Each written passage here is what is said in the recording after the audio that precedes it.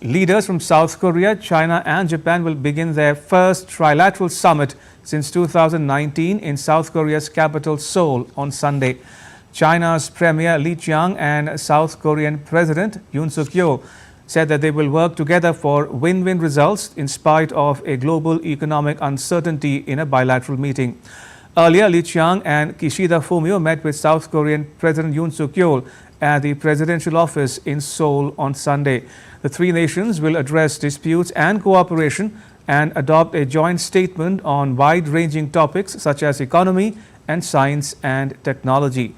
DD India's Laura Westbrook has more from Hong Kong.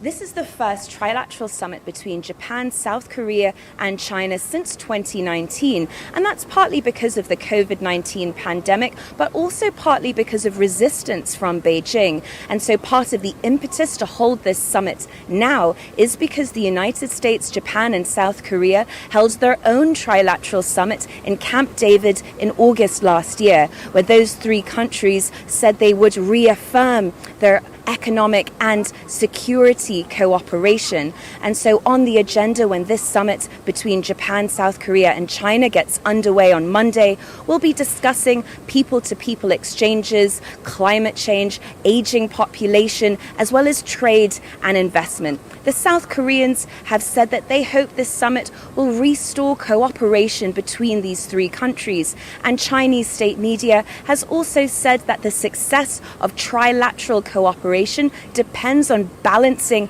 cooperation with competition. Now, also on the agenda is South Korea and Japan will also be looking to discuss the North Koreans' evolving weapons program.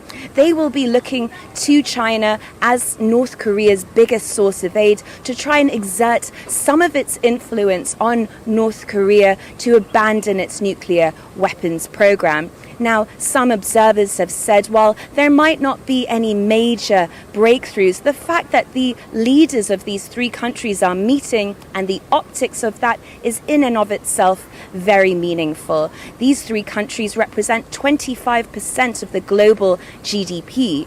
But for South Korea and Japan, it will be a balancing act of trying to get warmer ties with China, which is their biggest trading partner.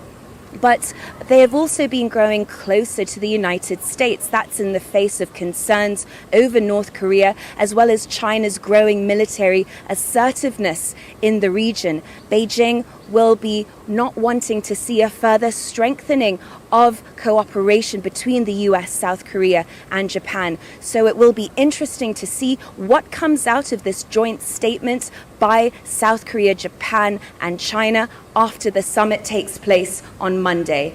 Laura Westbrook in Hong Kong, reporting for DD India.